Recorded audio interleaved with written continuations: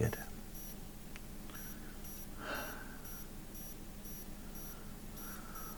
Morning fuel. Hello all, it is I. So, about, well, it must have been a couple of years ago now, I had the idea of trying to 3D print a life-size Terror Dog bust. I have 3D printers there. You got a resin one up there, an Elegoo Saturn 4 Ultra. Then you got a Prusa Mark III in there. I've also got an Elegoo Mars down here.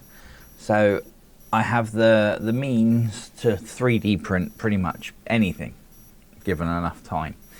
And I thought a Terror Dog bust would look really cool hanging on the wall. Up there-ish, in that kind of area. God, you try doing this backwards. Around that kind of area. But like I say, about 2 years ago, I decided to go for it, and I started printing. Fast forward to last month, and I launched my Patreon, and I figured I needed to do a really big, cool project.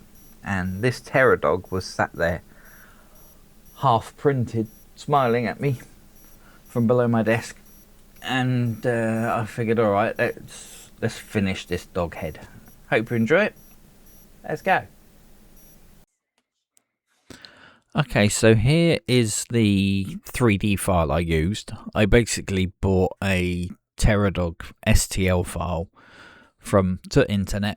I just picked the most detailed one I could find because obviously they're all a bit small. And I have enlarged this quite a bit, so I picked the most detailed file I could find so that it would enlarge nicely without looking too crappy when it was big. And then my build plate has got a 30 centimeter squared radius, if I remember rightly, so a print area. So I just split it into 30 centimeter squared blocks and printed each one, which is why you can see some are different colours there. Once it was printed, I got busy with my Dremel, as you can see, and cut out the eyes, because I always plan to put LEDs in there. In hindsight, it would have been easier if I hollowed them out in software rather than printing them and then getting the Dremel to them, but I wasn't sure how I was going to hang it to the wall when I started printing this, so. Okay, so it has just dawned on me that I haven't recorded much footage on this yet. So let's just give you a rundown of what has been done so far. So obviously I've printed it, glued it all together. For mounting, because this is quite a lump of plastic, it weighs a good few kilograms. I figured shelf brackets in the back would be a good idea. Then they will hold it from the top, although this is upside down at the moment. Let me put them the right way up so it's not so confusing. There we go. So he's the right way up. So like I say, he weighs quite a bit. I figured a shelf bracket. One, they're really strong. They'll hold this weight no problem, and two, they have quite a long arm that will support the whole roof. So what I've come up with is this. So we've basically got two shelf brackets and a sheet of acrylic to form this shelf, and two bolts sticking up, because of course if you just sit him on that, he's going to slide forward and slide off it. So we need something to anchor him to stop him sliding off. So those two bolts at the front are for that purpose, and they go into those two. I had these aluminium rounds, quite thick, with a hole in the middle, so I've set them in to the top with resin. And then I ran out of resin, so then I filled up the rest with hot glue, and I've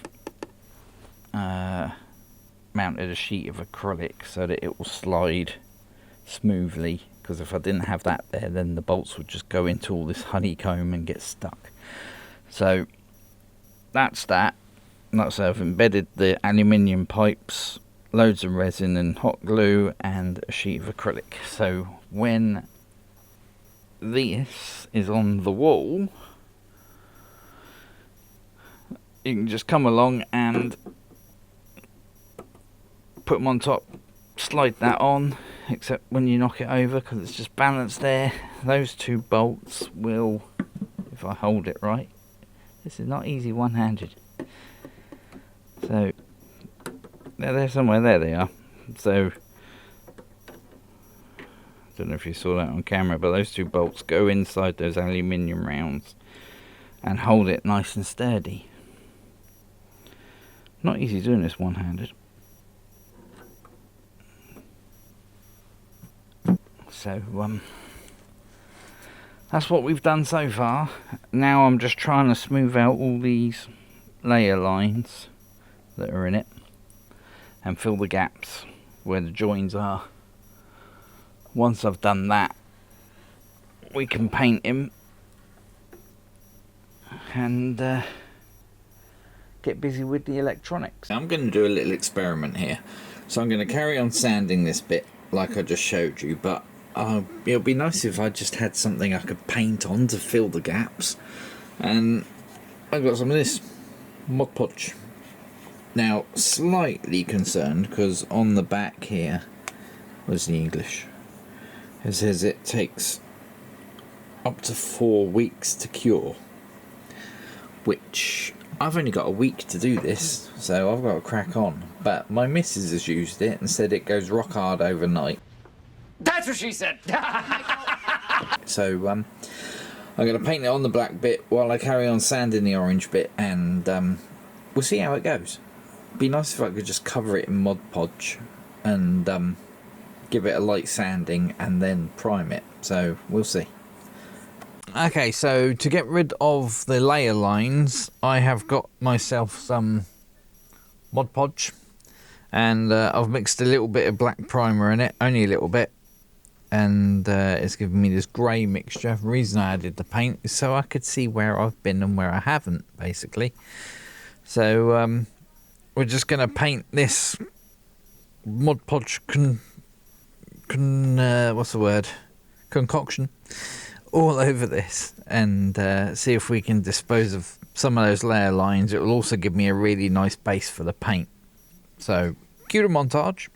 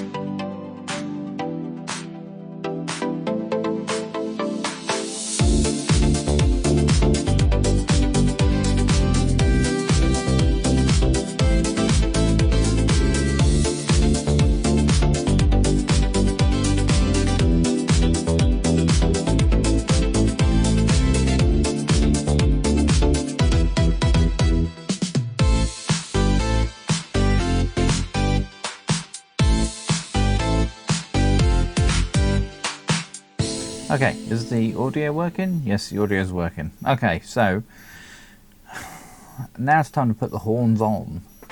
Let's get me in the light a bit more, shall we? Although that's a bit bright, isn't it? There we go. So I've left these off till now because he's quite big and cumbersome. He's a bit awkward to move around, and once these horns are on, he's a lot wider. So I could just see me knocking things off all over the place. But we can't avoid it any longer. Now I've got to put these on. And you may be wondering how I'm going to attach them. Not just glue. I'll be using some glue anyway, but I've also got, a bit dusty, this amazing little gadget. This is a plastic stapler. You get these little staples that go in here, you push the button, it heats it up, and then you can push it into the plastic, give it a little twist, pull it off. Job's a good one. I've used them on all the different printed parts on this so far to hold it together, so it's glued and stapled, so there's no way that this thing is coming apart. And I will be doing the same on attaching the horns onto these bits here.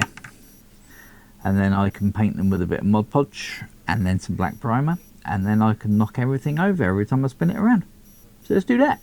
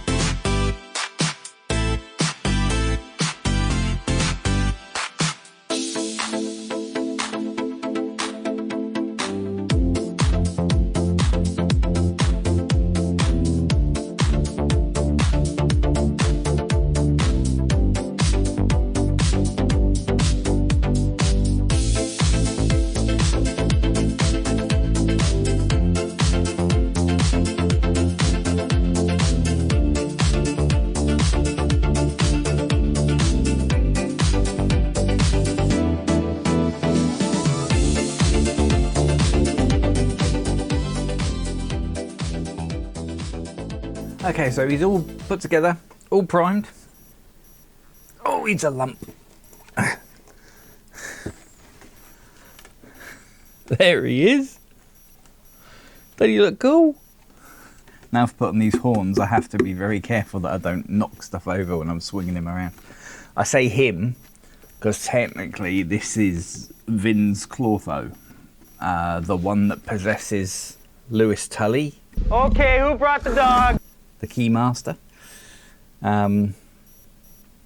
Zool, the one everyone knows of that was in Dana's fridge, has much shorter horns. The horns are only about that long. They're about half length. And I kind of like the way the longer horns looked. So this one's Vin's. This is the Keymaster, not the Gatekeeper. But I am going to put the sound effect that says there is no Dana, only Zool. I am going to put that in. Just because it's the line everybody knows from the film. Technically it's the wrong dog, but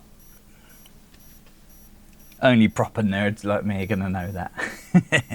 So, all primed, all ready for some paint. So now we've got to make him look like an actual Terror Dog's skin with the greys and the flesh tones like they did in Afterlife. I prefer the Afterlife version to the Ghostbusters version. The Afterlife version looks really cool, I think, so we're going for that. So let's go.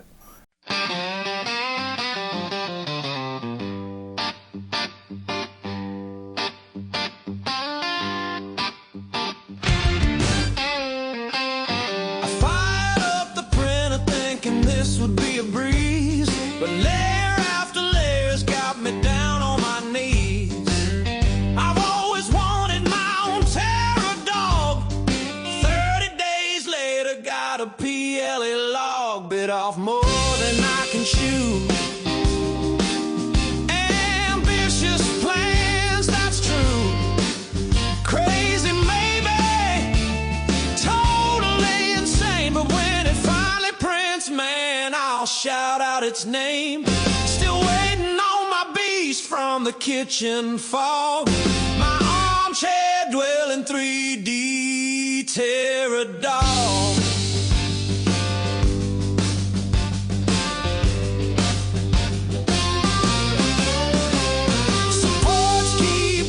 Filaments running low. Estimated print time somewhere in I don't wanna know. Should've printed something simple, but I went full hog. Now my life revolves around this half-finished demon dog. Bit off more than I can chew. Ambitious plans, that's true. Crazy maybe, totally insane. But when it finally prints, man, I'll shout out its name. Still waiting on my beast from the kitchen fog. My armchair dwelling 3D Terror Dog.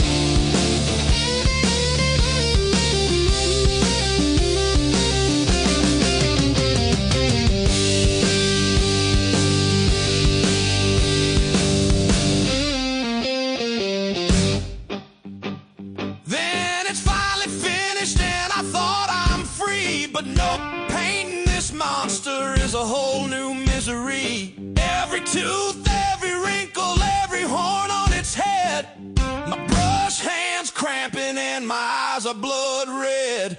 Layer after layer, shadows, airbrush grime. Somehow painting takes longer than the print time. But I can see it coming together, piece by piece. Just the electronics left before this nightmare finds peace. Bit off more than I can chew. Ambitious plans, that's true. Crazy maybe, totally insane. But when it finally prints, man, I'll shout out its name. Still waiting on my beast from the kitchen fog. My armchair dwelling 3D Terror Dog. My armchair dwelling 3D Terror Dog.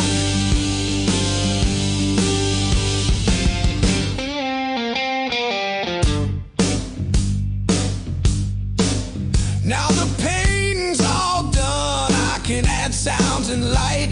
Then anyone walking past will get quite a fright. The eyes will glow red and the sounds will ensue. That there is no Dana, only Zoo. Bit off more than I can chew. Deadline's gone, I'm way past due. Crazy maybe, totally insane. But when it finally finished, man, I'll shout out its name. Still working on my beast from the kitchen fog. My armchair dwelling dwelling 3D terror dog. My armchair dwelling 3D terror dog. What I've done is I cut 2 bits of clear acrylic, the same sort of size as the holes I cut out for the back of the eyes. I've just hot glued them in place. It's not pretty, but they're literally just to hold the LEDs in situ. They don't need to be pretty, they don't need to hold any weight, they just need to stay put. So I just wedged them in there, hot glued them in so that it didn't come out. Then I hot glued the LEDs to the back of them in the places they need to be. And now we get to plug in. I've got this battery pack. It's like a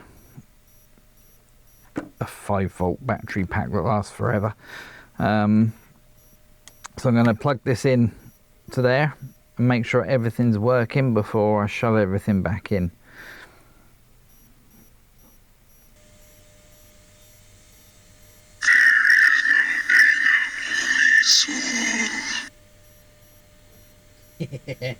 That is working a treat. So I've just got to glue the power port back in,